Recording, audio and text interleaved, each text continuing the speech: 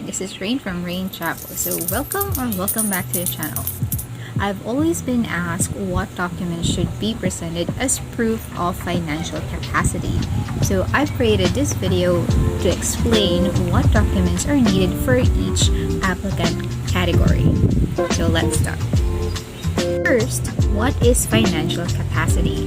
So this would be any document that you as an applicant says that proves you have enough financial assets to support you all throughout your stay in the Schengen area until you return to your home country or you transit to another country.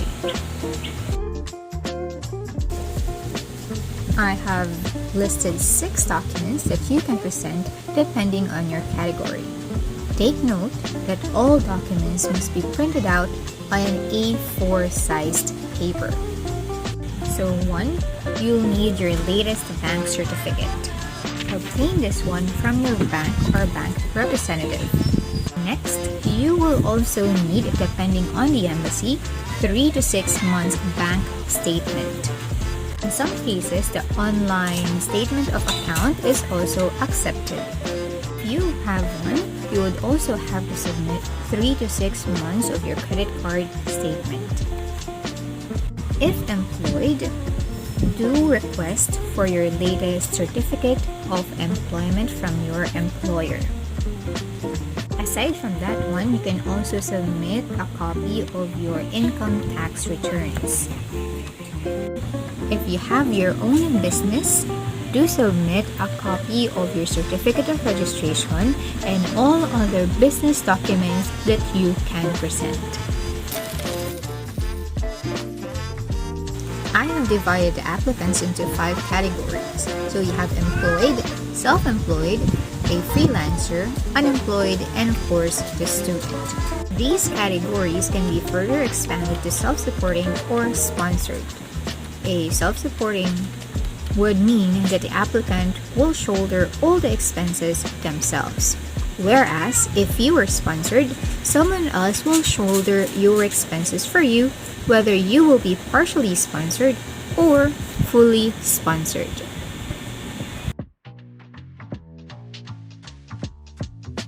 So what documents do you need to present? I'm going to itemize each of the documents per category, and if you'd like to skip this part, just go to the summary. So category 1 would be employed. You would need the following documents: bank certificate, bank statement, your credit card statements if applicable, your certificate of employment, and your income tax return. Category 2 is self-employed. You would need, again, the following: bank certificate, bank statement, credit card statements, income tax return if your business is registered, and of course your certificate of registration for your business. So this would include your DTI registration, your mayor's permit, and other documents that show your business is legal and earning. Category 3 would be the freelancers.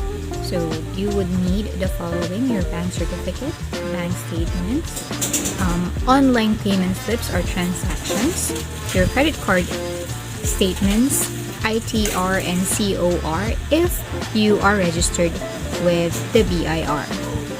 Category 4 would be a student.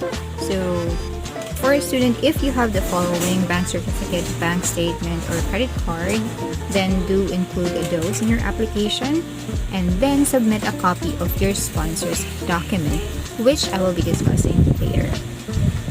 If you are unemployed, submit the following documents: bank statement, bank certificate, credit card statements, and your sponsor's documents, if you have any. When readily available, the sponsor in the Schengen area should obtain a formal obligation document. Check each embassy website for the instructions on how to obtain one. Sample documents are seen on the screen.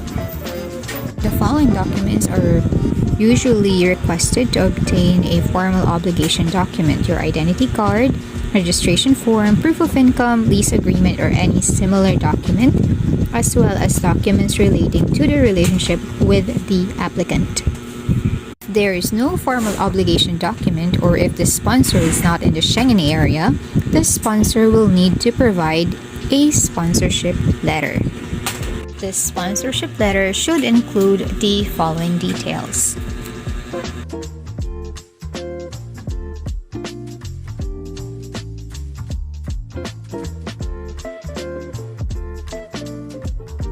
This is a sample copy of the sponsorship letter that I've used for the past 2 instances that I have been to the Schengen area.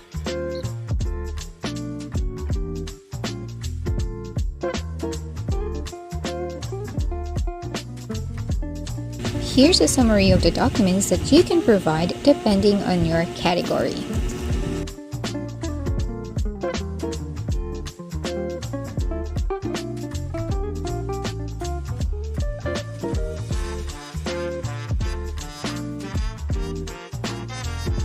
You can also provide the following documents as proof of financial means.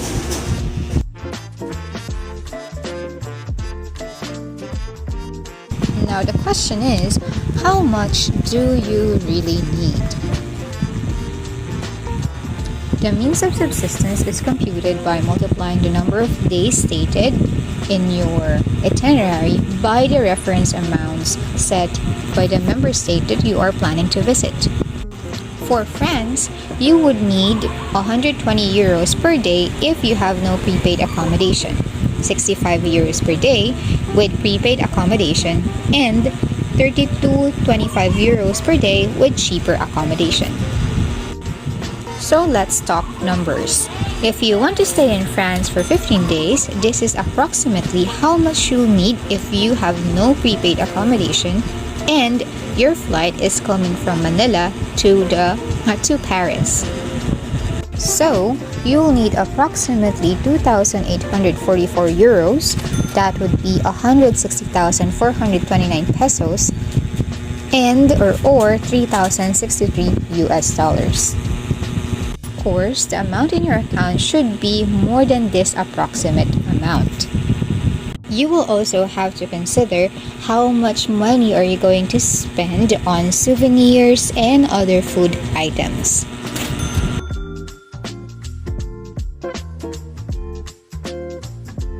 One thing that I could suggest is for you to check the means of subsistence in the country that you would like to visit, as the means of subsistence differs for each of the Schengen member states. The difference can be quite huge in some of the countries.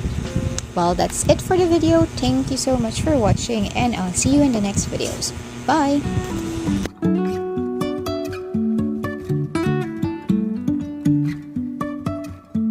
Life is a winding road, no telling where it goes.